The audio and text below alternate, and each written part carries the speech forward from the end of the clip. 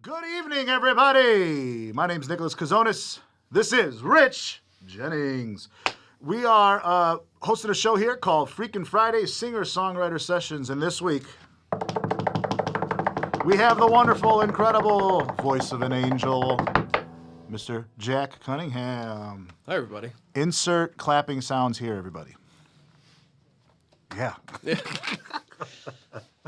So, Jack, I obviously know you, but go ahead and talk about yourself for a second. Tell them who you are, where you come from, and what's your musical background. What kind of drew you into music, I guess. Okay. So my name is Jack Cunningham. Nice to meet everybody.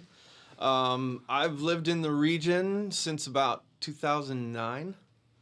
Grew up in Michigan, went to college, lived here and there. Lived in Chicago for about 10 years, and then moved down here.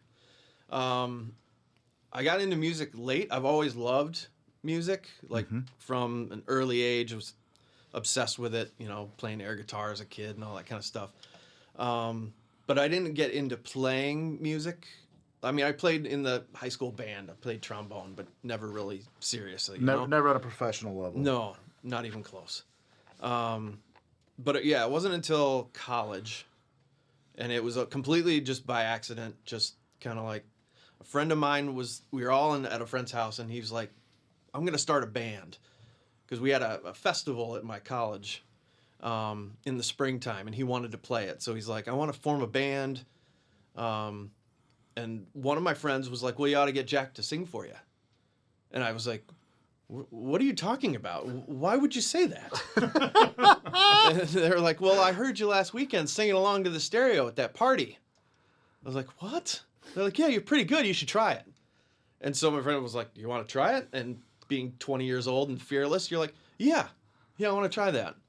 And it really worked out pretty well. That first show we ever did, just the two of us in a small little coffee house type atmosphere. Standing room only with all of our college friends there. And like after that show, I was done. Forget it. I was done. It's like, I'm going to do this for the rest of my life, no matter what capacity. I'm done.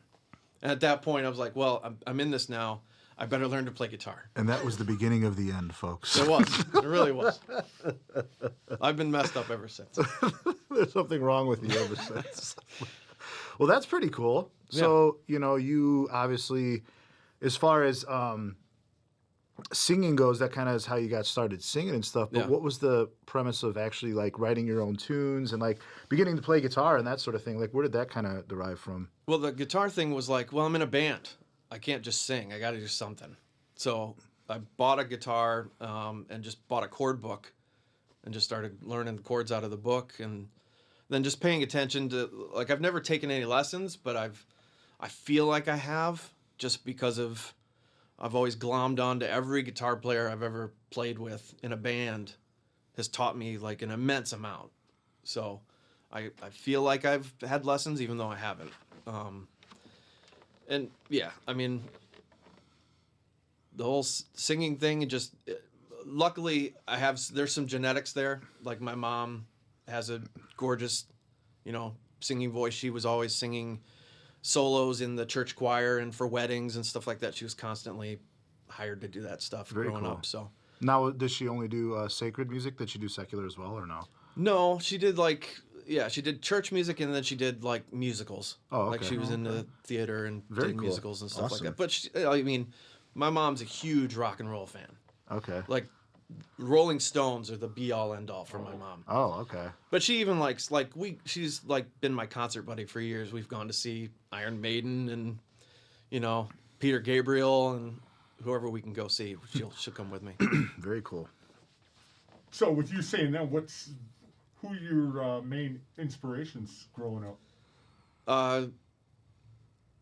My favorites of all time, and the ones that to this day I still like try and emulate, is like the Police. Oh, okay. And Peter Gabriel. I love Peter Gabriel just because he's got, and I try and do this with my songs too. His songs, he's got an album, and you listen to the whole thing, and he's got a really weird song. But then he's got a very just gorgeous, beautiful, kind of straight, narrow song. But he also kind of goes off to the side and writes something like Intruder, completely strange, just really rhythmic, and about a guy like breaking into your house and like going through your stuff, But then he's got, In Your Eyes, which is to me one of the most beautiful romantic songs ever written. Yeah, absolutely. In terms of the lyrics, I mean, it's just gorgeous. That's pretty interesting. So, we kind of know like where you came from as far as singing and performing and doing, I'm assuming covers, right, in the beginning? Oh, yeah. Okay. So obviously today is about a singer-songwriter showcase, right? And so we talk about some of your originals, and we're going to be playing 3 of those originals. And what kind of like transpired from like when you listen to some of these artists, right, that you like and that you're really interested in, what inspired you like about them in your own music specifically? Like how would that translate? Was it like chord structures? Was it lyric structures, content of the lyrics? Was it the type of rhythms they hit? Was it the thematic, the themes of the lyrics? Like, what were some of the things that you would say really influenced you in particular? And then maybe we'll play our first tune today. Okay. Yeah, in terms of, like, I listen to every type of music, and I try and there's something in every genre, little weird songs that I hear that, like, I can pick a little thing that I pick out of the song that just sticks with me. Even if it's like a really, like in the background, little low keyboard part in the song. So I try and, with all the music I listen to, I pull a little bit from everything. But like, in terms of like, when I first started and the major influences on me, a lot of it, I've explained this to Nick before, but like I don't know a lot of theory. And I'm like always interested to like look up studies how people can vibrate at certain frequencies, and then how can I write something in that key and try to make it work? But that's totally because I'm a nuts, I'm a nutcase. But at any rate, sorry, that was a little tangent that I typically go on. Well, cool. So what's this first one? Let's talk about that. So this first song that we're going to do is called A Dog Called Ego. So this, and I'm horrible at, like, I take forever to write a song. Normally. What's forever? Like 15 minutes or 15 years? I've worked on a song for multiple years. Yeah. I have quite a few that have. I'll get to that third verse. I don't know what it's about yet. I got to experience life first, right? Yeah. I mean, the music usually comes pretty quick. Music's almost always there. Because like I'll sit around, watch TV, and just goof around, and something will happen, and I'll be like, cool, and I'll just keep working on that over a couple days, and then next thing I know, I've got it. But I torture myself over lyrics, like repeatedly. So is your process music first? Yes. Okay. All right. Yeah. Almost always, never lyrics first, huh? No. Oh wow. I mean, I'll come up. That's a new one, I'll Rich. see, like, I was just thinking the same thing. Yeah. I'll come up with a line or something and stick it off to the side. And if it happens to fit the mood and the phrasing that I come up with, then I'll be like, oh, cool. Or if it's close enough and I can rework it a little bit. But yeah, I always do the music first. You and Jack Whittle. It's the Jack duo here, right? It's got to be, because he's like, it's got to be a certain vibe and rhythm, But he was the only one that said like it's almost always music first. I mean, obviously in certain circumstances, like there's a line or something like that. Yeah. But this song is probably I wrote this one in a matter of days. Okay. It just came out. Have you ever had one where it was just like, and then it's just done like in 5-10 minutes? Like, you ever had those? Not 5-10 minutes, but like I said, I'll torture myself for a long time on lyrics, but I'll like rewrite the lyrics like 15-20 times. And I'll be like, this is garbage, I don't like it, it doesn't work for me. And then the 11th time, 20th time, 21st time, it'll all come out at once. And I'll be like, okay. Well, where's that been? So now we're going to dive into that even more, because I'm a nerd and I have to know this stuff. So You gave me a bone and I'm going to take it. And I'm going to gnaw on it for a minute. So you said like 15, 20 times, but then it just hits. What is it that is in the deciding factor of that? What is the finalizing, like what are the things that you think about? Well, and Consciously and maybe unconsciously, would you say? Well, here's the thing, and I've noticed this in my life, not only in music, but in like work-related circumstances or any other circumstance whatsoever. And as a nerd, I think you'll like this because I'm a nerd as well, and I liked it. So that's why I read the article. Ooh. So I read an article, a study that scientists, thought that people were more creative when they are drunk or tired. That is so wrong.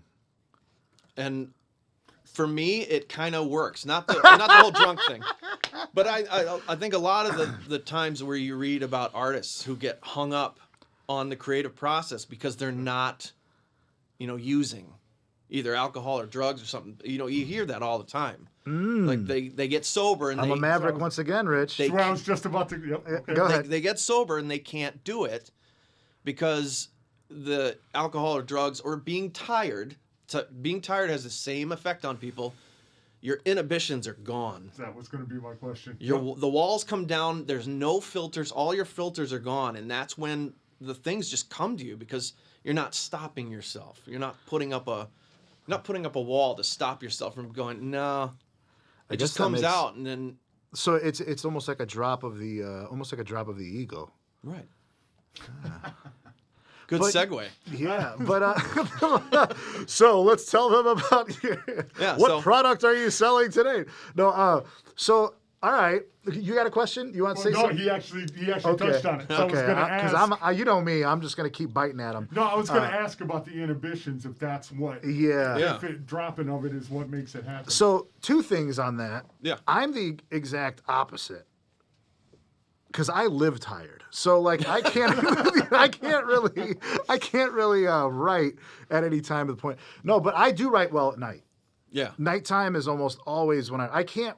I'll tell you right now, I can barely stand up to put on clothes in the morning.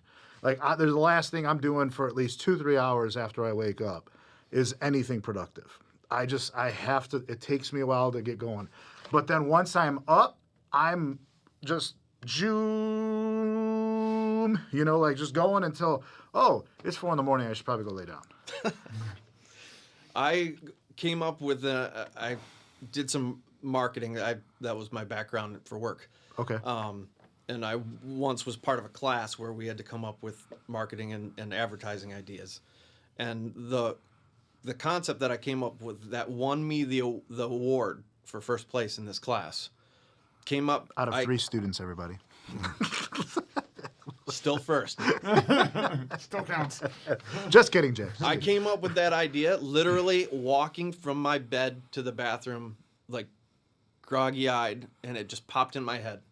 And I swear, it just nothing was in my brain. It was blank, and it just came up to me. And that's what woke me up that day, really. So now let's dive into astral projection. Yeah. So let's go ahead and hear this first tune. Play that first chord for me. Yeah. So this is a dog called Ego, and just a quick little background, just because I didn't come up with that on my own.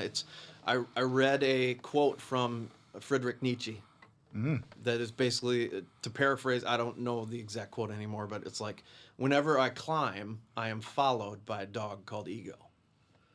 So I read that line. I'm like, that's brilliant, and I just, took it and stole it and turned it into my own.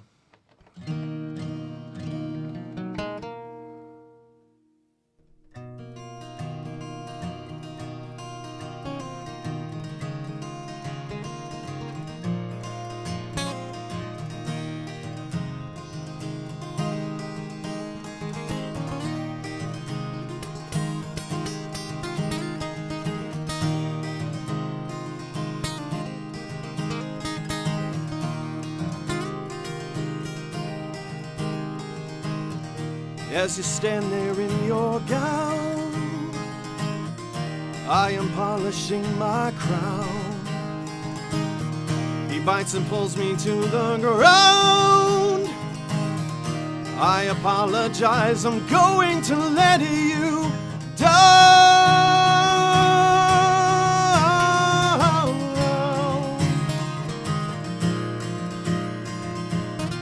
I'll be setting the pace and gaining speed. Was told I have a bright future, Nick agreed. Too many wants, not enough needs. Oh, the more I get, the better than he feels.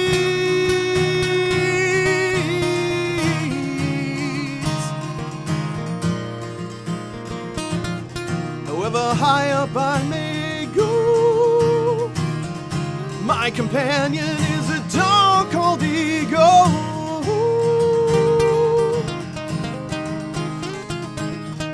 My mind makes this feel so real.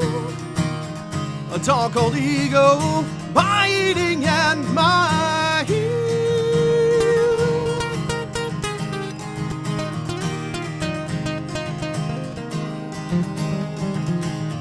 So I ask myself, can it get any better than this? Something inside me screams yes. I'm still able to get my head within the door. Instead of holding it high, dragging on the floor.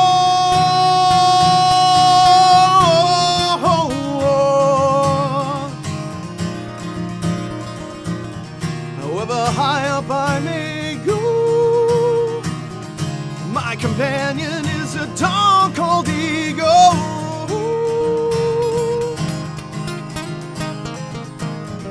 My mind makes this feel so real.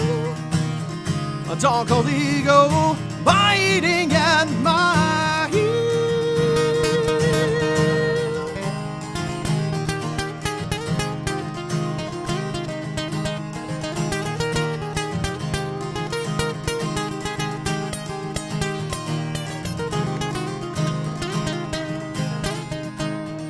As you stand there in your gown,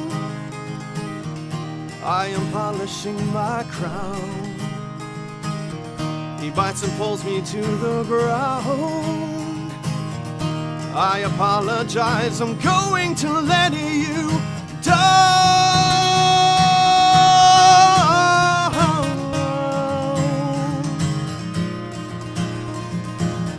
However high up I may go, my companion is a dog called ego.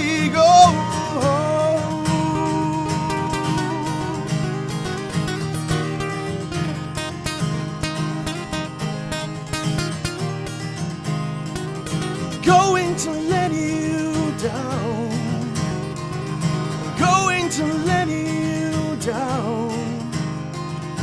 Going to let you down. And I'm going to let you down.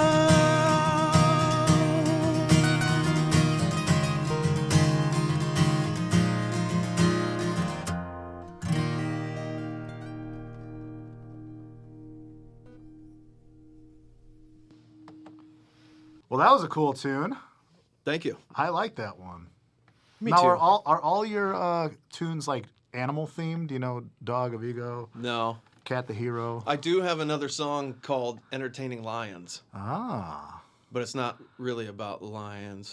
But is it ever? Is it I actually? mean, ever? it's about a fable. Again, I read a lot, so a lot of my inspiration for lyrics comes from stuff I read. And I read a fable about a lion coming to dinner at a rich man's castle, and they have dinner, and he shows them around his castle, and he shows them all the artwork, and in all the artwork, it's depicting battles between man and lion, and in all the art, the man is beating the lion. And he's like, well, what do you think of my art? And the lion says, well, it's all pretty nice, but I think the story might be different if the artist was a lion. And the whole thing is about the bias of history. And who's telling the story tells you, so that's what the song's about. And I'm like, you never know, you may be entertaining lions. Ooh, man. We almost need to do that one I was today. going to say, damn. All right. So about this song we just played. Yeah. You go ahead, Rich. And No, I was going to say, this is the first time I'm hearing you. Yeah. Okay. And I know this is going to be a crazy one, but I got to go back. Yeah. With a voice like that, what the hell song were you singing at that party that they figured that out. Oh, I think, to be honest with you, I think it was a Pearl Jam tune. Oh, okay, I can hear that. All right. And I can see that. the funny thing is, and this goes, when I first started, like when I joined that first band in college, Yeah. that's what I tried to sing like.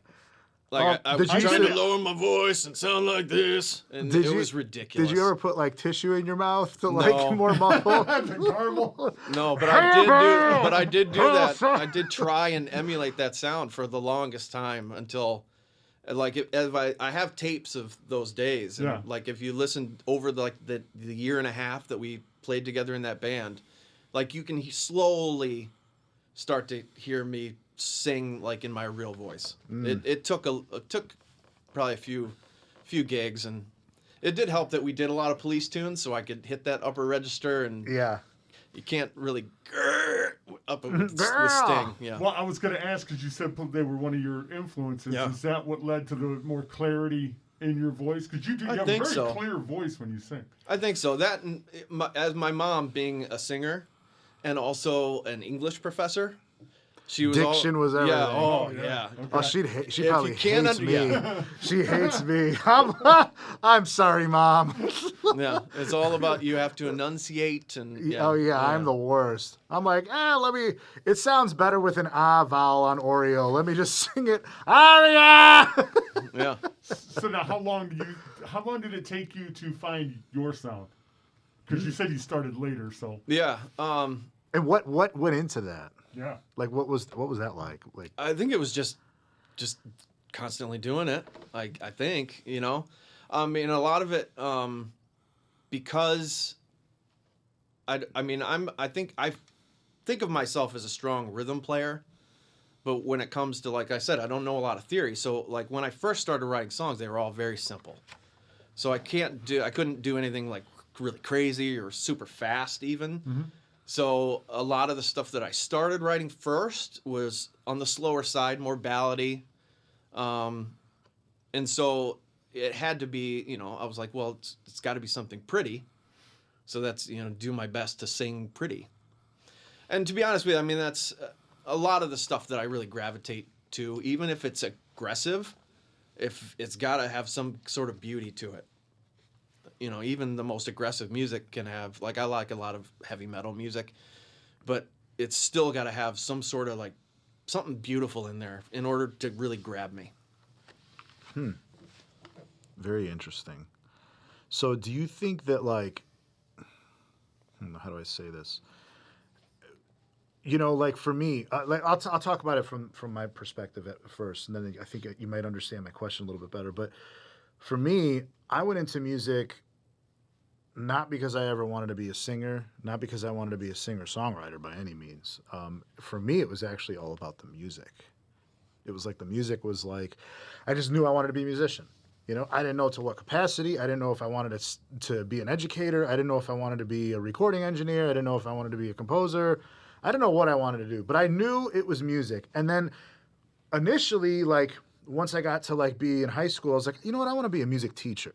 I want to teach. I love kids. I love youth. I like just feeling young. If you want to feel young, you want to work with kids, right? Like that's, Yes, you also can feel old with kids, but you know what I'm saying? They have like a younger energy to them, Energy can only be transferred, never destroyed. Right. So that was kind of like my mindset was I want to be an education, music education, because I had really influential teachers, growing up that really influenced me to kind of, and allowed me to understand like what I was doing was something important, And so what that transferred over to as an adult was the realness of, do I really want to become a teacher where teachers are so underpaid in the state of Indiana? unfortunately, yes. And, and that's not a political thing. That's just the realness of it. My wife's a teacher. Yeah. My mom's a teacher. Yeah. Well, was a teacher. She's retired now. Do I want to do that in a normal setting? Or I also had like this entrepreneurial itch, like I want to be my own thing. And yeah, what we're sitting in now, right? I should have scratched it much younger, not during a global pandemic. Right. Yeah. But whatever, it is what it is. We're having fun. That's all that matters. So, but anyways, for me, it was, I never wanted to be a singer. I never sang up until about 6 years ago. I just started singing out of necessity because I was like, well, we need a singer in this band because I've gone through like my 8th singer in this like project that I've tried to do. What is it? And that's not a knock towards, anybody or anything like that, but it's just a matter of like necessity, like I wanted a gig every day, why do I only want to work on the weekends and go get a regular job? That sounds terrible. Like that sounds like a horrible life for me. That's what I do, Nick. Yeah, I know, but you chose that life. You chose that weight, right? Yeah. And I've chose not to do that just because I don't think that I can survive that lifestyle, man.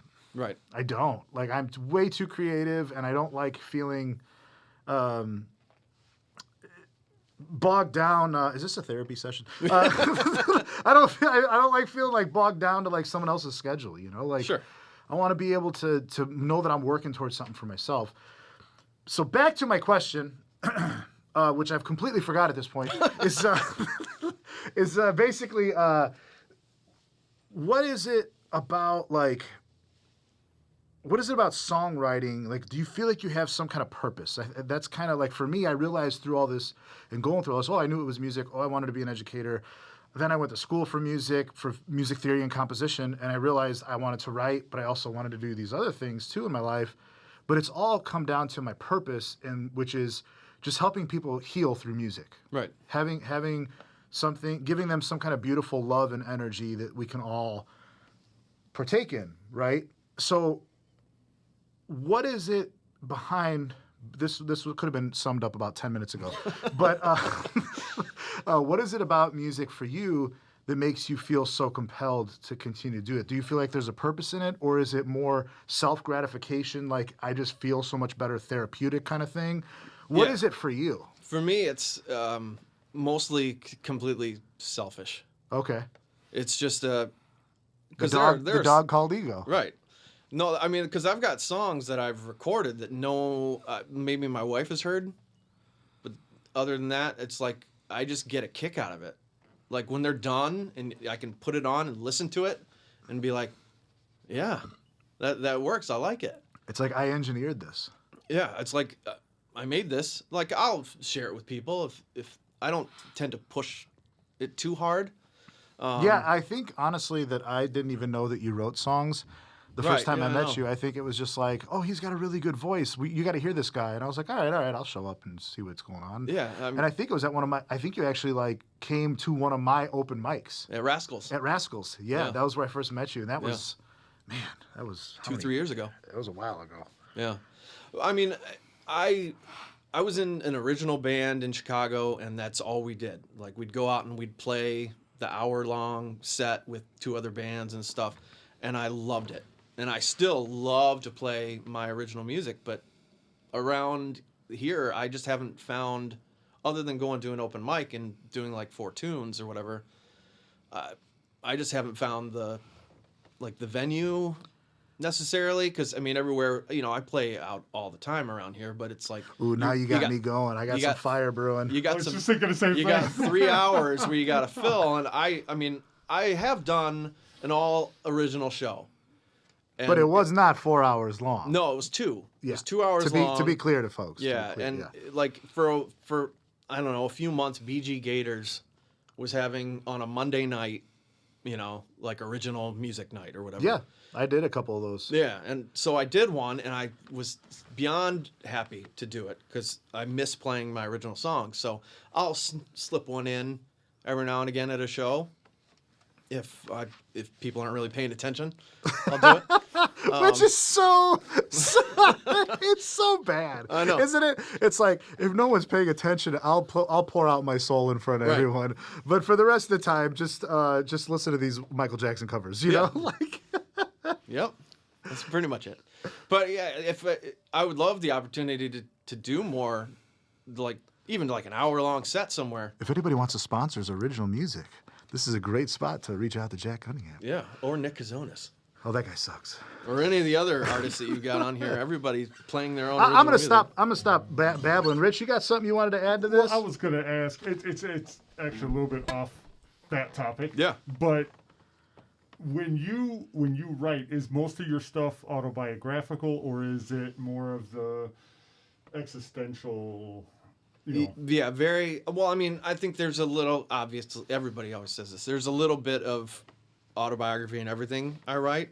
Mm-hmm. Like I'm obviously thinking about myself. I'm thinking about the people around me when I write. But a lot of the stuff, like I've got some that are very personal. Like I wrote a song for the first dance song at my wedding. Oh, okay. So but it's again, if you listen to the lyrics, you wouldn't know you'd kind of get an idea, but it's not like I met you and, I still kind of dance my way around it using quote unquote poetry, if you want to call it that. So did you sing it and dance to it at the same time? No, I recorded it. Oh, okay. That All way right. I could dance. That would have been pretty talented. No right there. pressure on that one. Yeah. And I played it for my wife before the wedding so she didn't bawl in front of everybody. And she probably still balled in front of everybody. No. No? She was okay. Oh, good job. She was okay. Good job. And then I have a song I wrote about my stepfather passing away. Oh. But I wrote it from his perspective. So it was a little, I have one of twist on those it. too. But not stepfather, just our good friend Scott Larson. Yeah.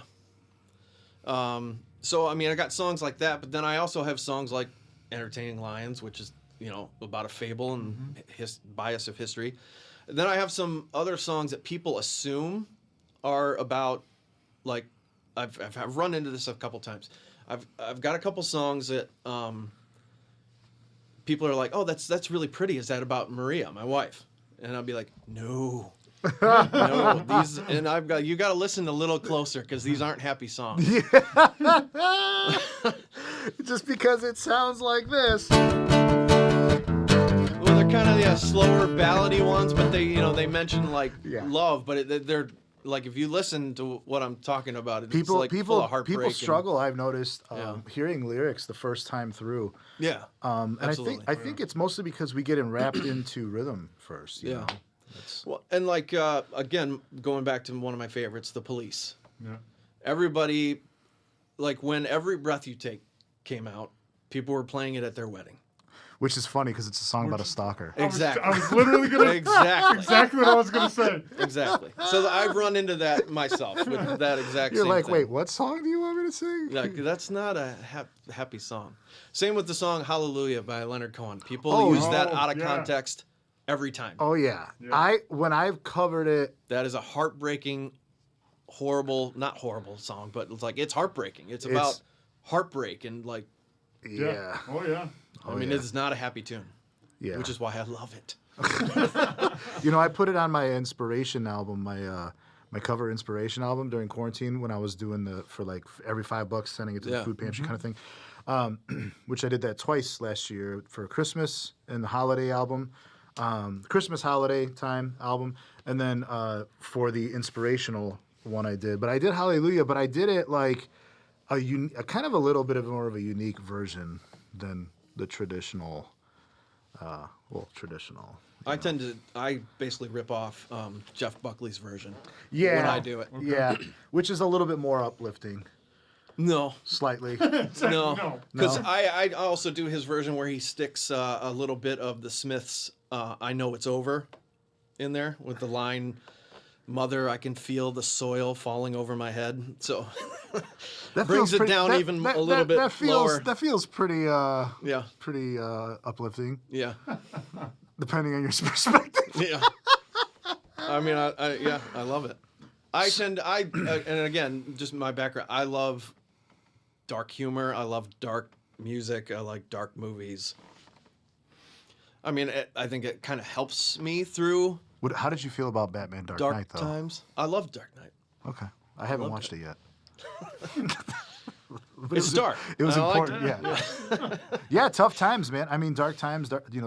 That is definitely when I write most. Yeah. When I'm in a mindset that is just like PU, I stink, life sucks. That is absolutely when I write what I feel is some of my most easy to write. Kind of, I'm not gonna say my best stuff or nothing like that, but just when it feels the most natural, because I'm vibrating at that level. I find the key, I write the lyrics, and kind of go about it that way. But what's this first tune we're gonna do? Second tune. Second tune, rather. Sorry, second. Yeah, this is we're already in it. This next one is Your Mouth Drips Honey. Let's talk about this. Okay. Because I have a song called Honey Lips. All Yes. Yeah, I have a song called Honey Lips. What made you think of that kind of lyric? I saw a line, again, reading stuff. I'd be just passing through. I saw a really old, like 1950s movie poster. And it was about, like something about the words from an evil woman, or the mouth of an evil woman drips honey, or something like that. Basically, she's tempting you, you know, or something like that. Seduction. Yeah. So, and I just like that imagery. I'm drawn to imagery a lot in music. One of my favorite bands is an English band called Elbow. And the guy's lyrics, his name's Guy Garvey, the guy who writes lyrics, they're brilliant, and they're just full of imagery. And I love it. Love it. So that's what I try and emulate that as much as I can too when I'm writing lyrics. Just try to paint a picture, you know? So the idea of, just your mouth drips honey, and in the lyrics it's like I'm drowning in your golden sea, and Well, let's play it for them so they can hear it.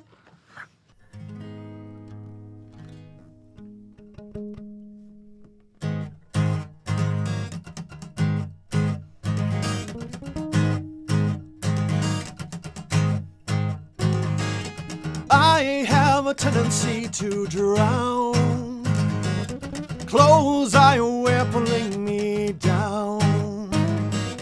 Waves above and bed below. Dancing to your storm's deep roar. There is no pain like bliss to me, filling my lungs with your golden sea. Drowning in the words you say, your mouth drips honey. One more breath so I can stay, your mouth drips honey. Kissing, sticky sweet connection I bring into my sensation. One more touch and I am done. Sugar lips burning my tongue. There is no pain like bliss to me, filling my lungs with your golden sea. Drowning in the words you say, your mouth drips honey. One more breath so I can stay, your mouth drips honey.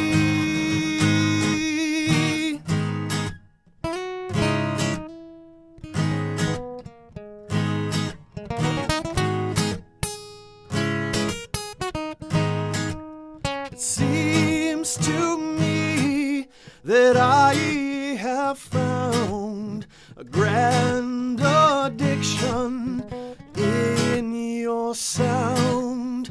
I have found what seems to be a voice even the deaf can see.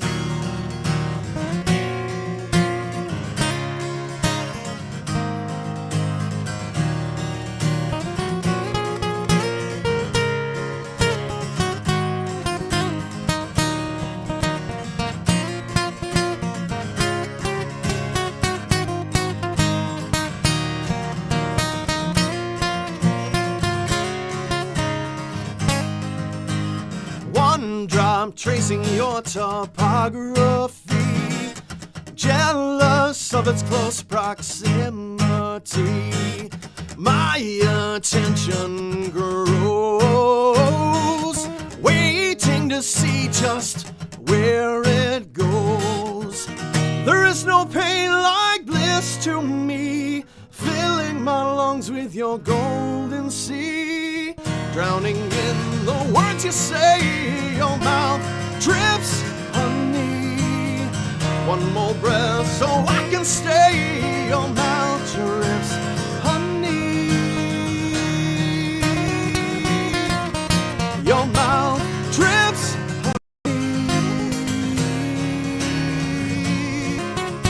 So I gotta ask. I mean, that you Proximity. And proximity. Yeah. That's right. You were the first person I've ever heard you. How do you get there with that? See, you have to I have stole something it. called being really smart, Well, there's that. and Jack is definitely really smart. I heard a song. It was a cover song. There's the band Perfect Circle. Okay. Um, yeah. The lead singer Tools in that, and they on one of their albums they had a song. It was a cover song. I forget who originally wrote it, but the song was called "The Nurse Who Loved Me," Okay. and it was I think I've heard it was this one. written from the perspective of a patient in a hospital who's high on pills, who thinks the nurse loves him because she brings him pills. And one of the lines in that song is "Say hello to the rug's topography," which I thought was brilliant because the guy's face down on the ground. Say hello to the rug's topography, and I just loved that word. Yeah. I'm like, that's awesome. So I'm like, I've got to put that in a song somewhere, and so it actually fit really well because of the imagery of watching a drop of honey trace Yeah. her topography Yeah. and being jealous of its proximity. We're gonna cut right here. Hey Ben, Jack's microphone on his guitar has fallen pretty deep. Oh, it's Oh. Yeah. pointing at my crotch. Yeah. Yeah, well, hello there. It was like slowly going, and I was like, I think it'll stop, but it definitely didn't stop. Go ahead and reset that for us, please. Yikes. Oh yeah, that's pretty bad. That's a pretty bad one. So what we should do is make sure when we're taking those cuts that the audio walks in too and checks on that from now on. Got it, Ben? Yeah. Cool. Thank you. Thanks, Ben. Yeah. I got Ben Audio. Yeah, I was going to say, I know your name because it's on your shirt. you. Yeah, that's a new addition. Ben Audio. It's a new addition. Chase team lead. Yeah, we're good. Thank you. What was the last thing? Oh, you were talking about the topography. He just finished talking about the Yeah. topography. Cool. All right. All right, we ready to cut back in?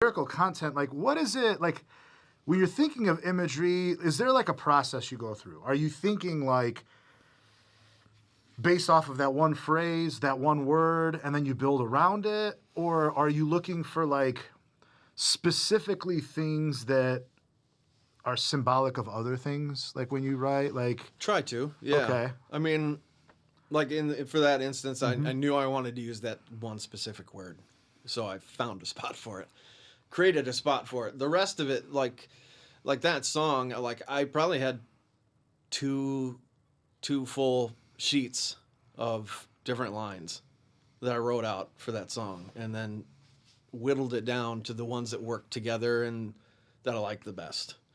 But there was a lot of thrown out lines for that tune. do you ever keep those lines and like save them for later? Yeah, I mean, I keep everything just Everything- in case. As everything like in a journal kind of thing? Mm-hmm. See, I'm really bad about that. I have like a post-it note with like one or two things. Then I lose the post-it note, and I never put it in the thing. And then I'm like, oh, what was that line? I'm like, that would have been perfect for this. Well, I come up with things all the time, like lines that I think are absolutely just like gold. But I'll be in the car and like I won't think to turn my voice recorder on my phone, and then they're gone forever. Oh well. Modern technology. try to We come up talked with a about new one. that with. Oh, it's Yeah. Leanne Stutler. So with modern technology now. So like, how do you feel? Some of the pros of the tool using modern technology as a tool I mean, for songwriting. I absolutely 100% need it. Okay. 100%. Like, I know that there are a lot of people who can come up with their, their, and then, hum over it and come up with their melody lines while they're playing it. I can't do that at all. Because the second I start, especially if it's new, like, you lose what you're doing here because you're focusing here, or you're focusing. I can't. I have to just. I have to completely focus on the music. I can't be creative with something else. I have to be completely focused.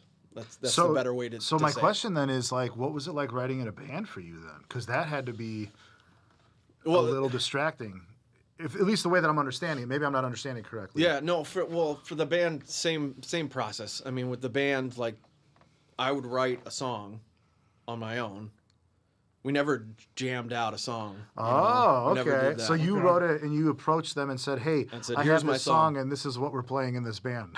Well, no, yeah, it was always like, because I wasn't the only songwriter in the band. Yeah. So it was like, I would bring in some songs. they would bring in John ones, would bring in, yeah. my buddy John would bring in songs. And then I would show him. Like, I always considered, like, I always say that I wrote the song, my name's on it or whatever. But, like, so I was in a band called Dark Green Bottles. And the album's on Spotify. Look it up. Or Amazon Music, all that stuff. So is the band actually called the Heinekens? No, but that's how we got the okay. name. All right, okay. Just curious. Yeah. And so A Dog Called Ego is on that album. Oh, that was a okay, Dark Green okay. Bottles tune. But that's one I wrote for them. But, like, none of those songs would sound the same without the input of the other guys. So it wouldn't be the same song without being in that absolutely. band and having those guys put their But the 33% process into to it. write the lyrics and the chords and the basic structure of the That song happens on my own. happens as Yeah. an individual. Okay, Yeah. that's very interesting because, like, I find in situations in my past and in my experience where the only band that was really comfortable with me bringing full ideas was Caught on Klein.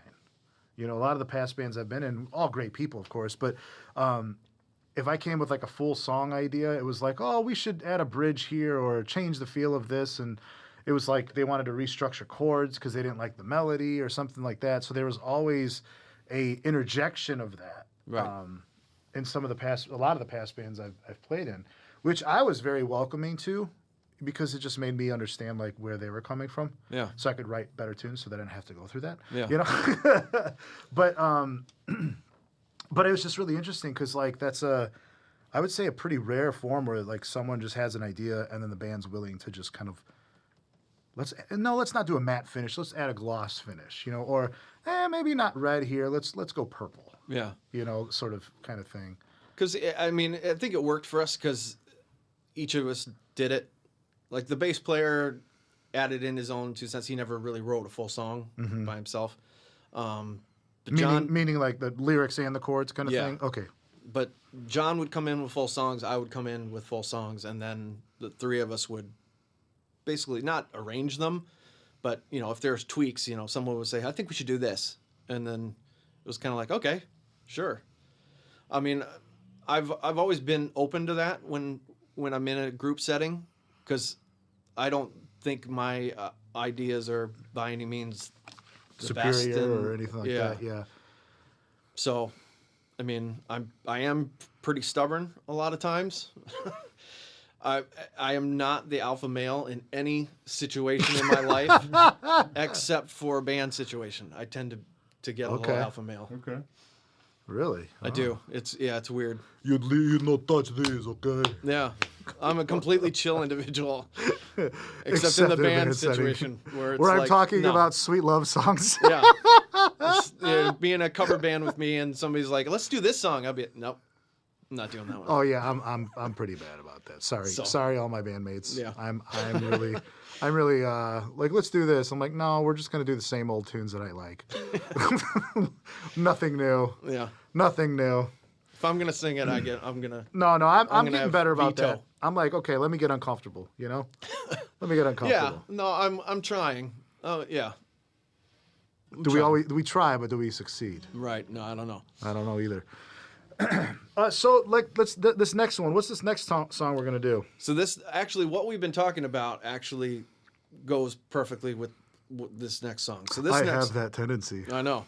So this next song is called Star 2. The reason why it's called Star Is it 2, TWO or TO or TOO or the number 2? TWO, like the number 2 or whatever. Because there was my friend John, who I was in the band with, wrote a song called Star. And you also wrote a song. I thought the song I loved it. But you know, he showed it to us, he brought it to practice, and in the song he had he had a verse, which was just some chords, and a chorus that was chords, but in between, as a little segue in between, was this line,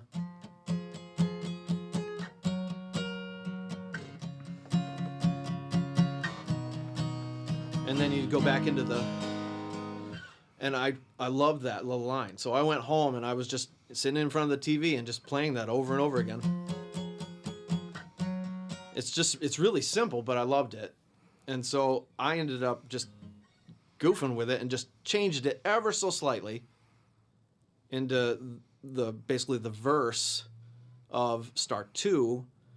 And then I kept this as my chorus for I don't know, I completely I basically took elements from Star 1 and basally bastardized it and turned it Star into 2. and as almost like an homage to what he did.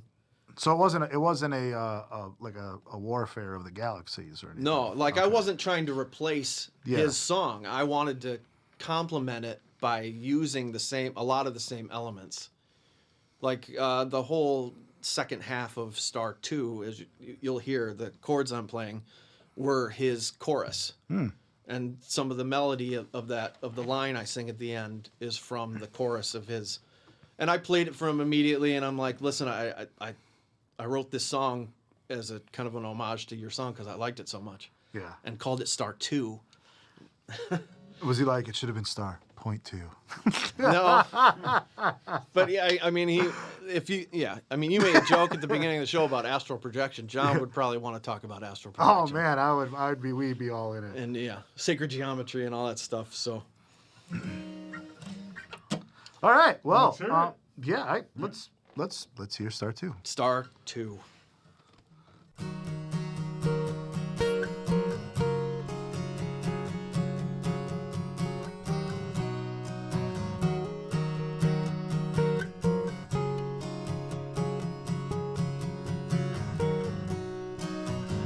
I refuse to dull the pain of this experience I'll gain. When our skies are washed in gray, we still feel the way. The sun comes out to shine upon the pretty things eyes linger on. Can't react, they just distract from my love for you. Don't stop now, we've come this far, living life beneath our star. Strength and grace, we've earned these scars, living life beneath our star.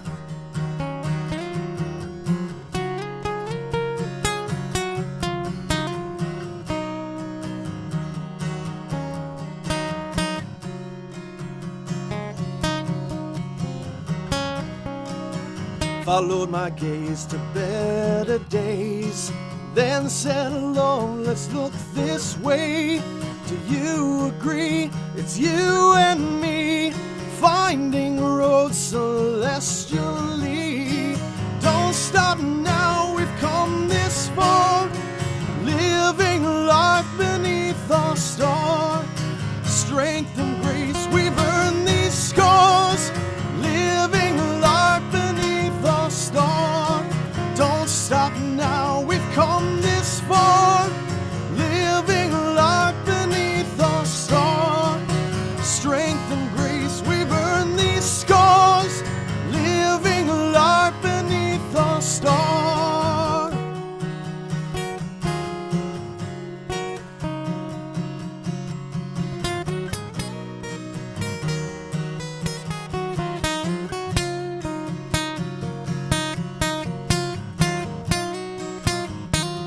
reaching and changed my view. Said, let's go, there's work to do. Another mile is more time with you.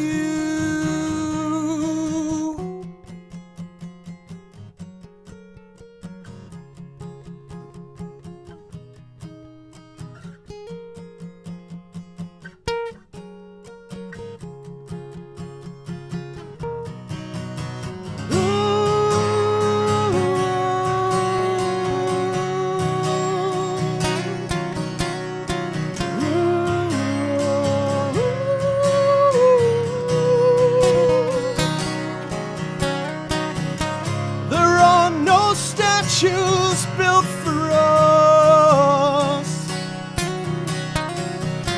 Our love is monument enough.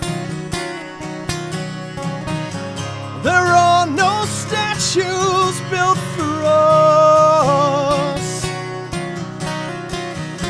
Our love is monument enough.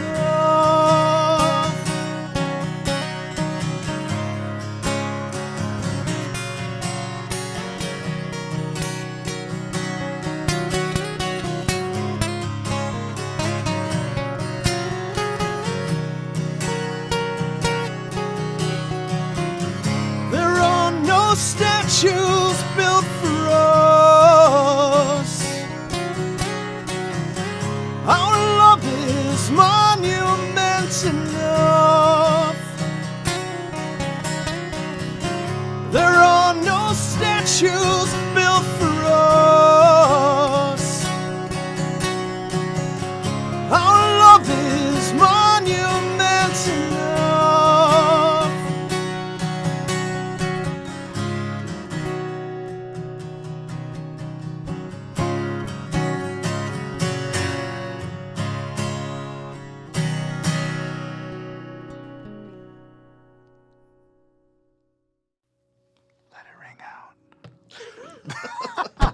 Let it ring.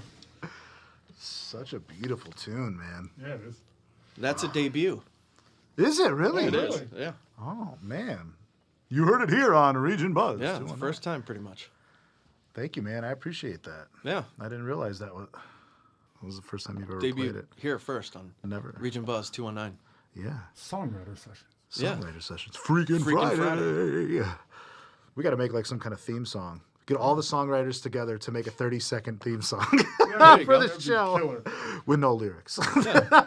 It's like I forget the Jules Holland live or late night with Jules Holland. Yeah. Where every night whoever the 5 bands are on that show, they all jam the same theme song as the opening. We should do that. Yeah. Now, wait a minute.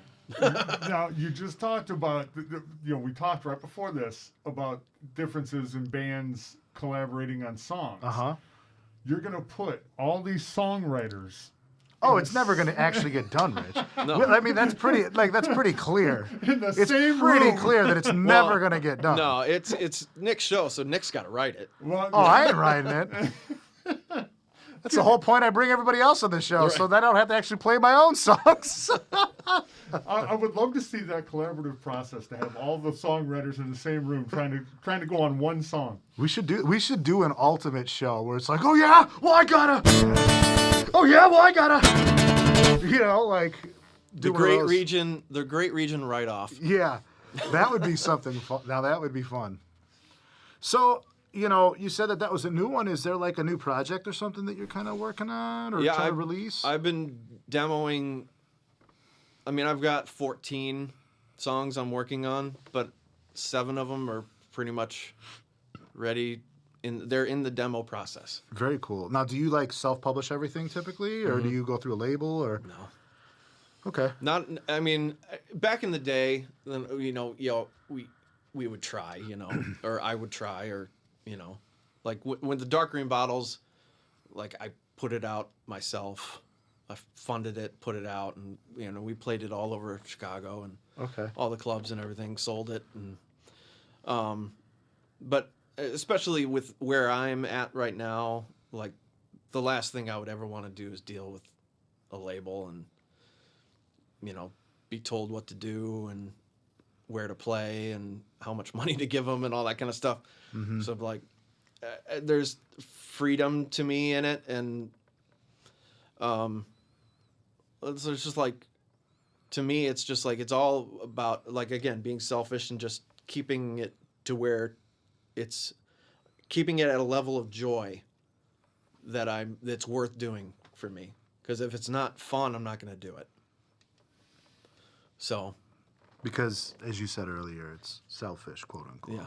Yeah. it's all for me. It's all for you. Because I mean, seriously, I mean, I could write and record all these 14 songs, get them all done, put them out.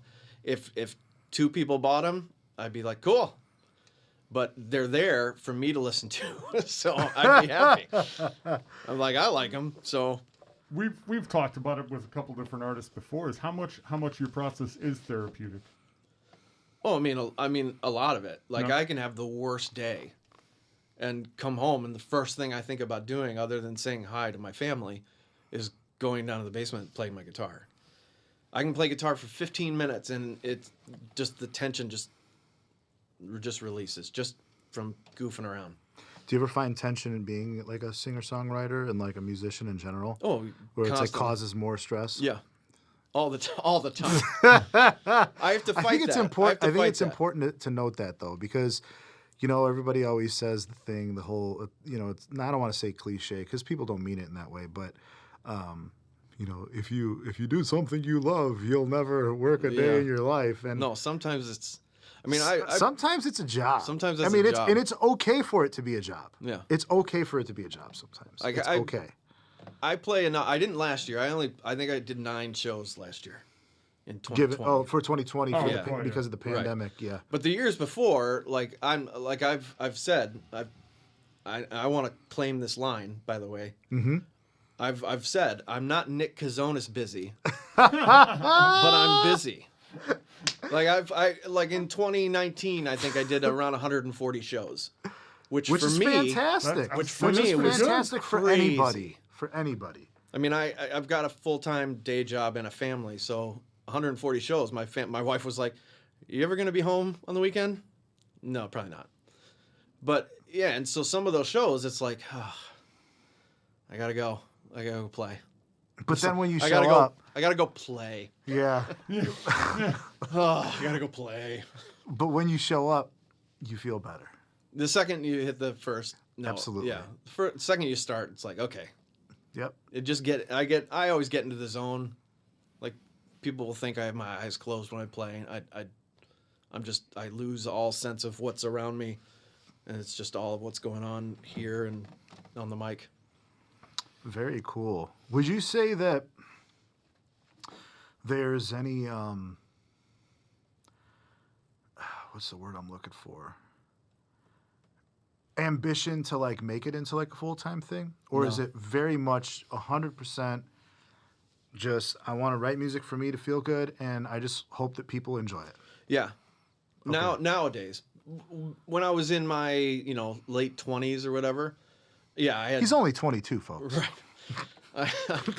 I had ideas. Same with Dark Green Bottles. We're like, yeah, we put out an album. Let's play it all around Chicago. We got a couple tracks played on XRT like once or twice, and so we're like, sweet. Let's see what we can do with this. We tried to get a manager and all that, and then, just life got in the way, and it kind of fell apart a little bit. And then after that, like, I had a family, and so that took over, and so yeah. Nowadays, I don't concern myself with trying to make it a full-time gig at all. Like, I enjoy it for what it is, and it makes me happy. Very So- cool. That's awesome. Yeah. I like to hear that.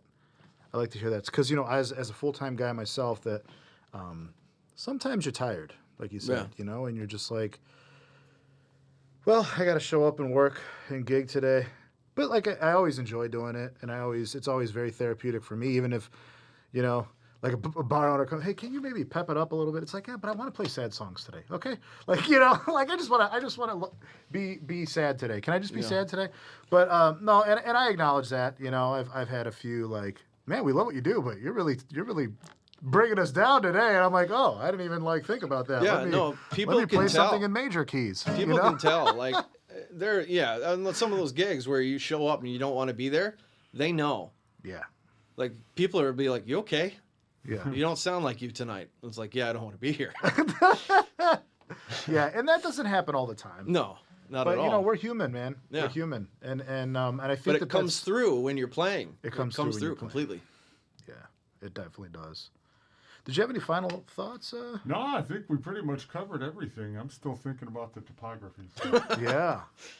So what's next? What's next? What's moving forward? Like are you planning on recording these 14 tunes and and having like a full band project? Is it a solo project? It'll eventually have to be a full band project. Unfortunately, not unfortunately.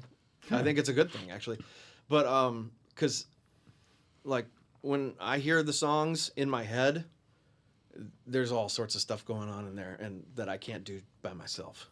So, I mean, at a minimum, I would want to, if I ever do these songs again, I would definitely want some accompaniment. Absolutely, I would have to.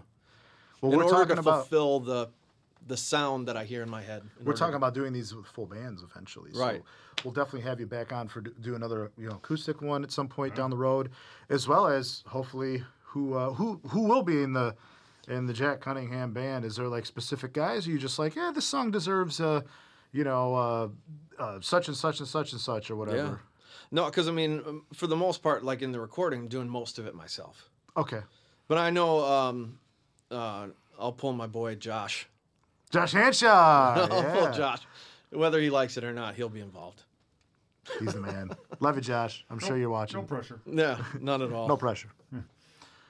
Well, cool. Well, this is our Freakin Friday show for the evening. Thanks for watching with Jack Cunningham, and we have Rich Jennings here from Region Media Network.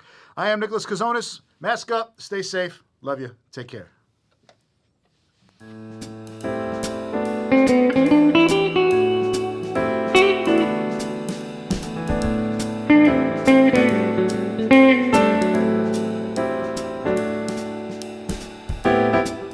Thank you.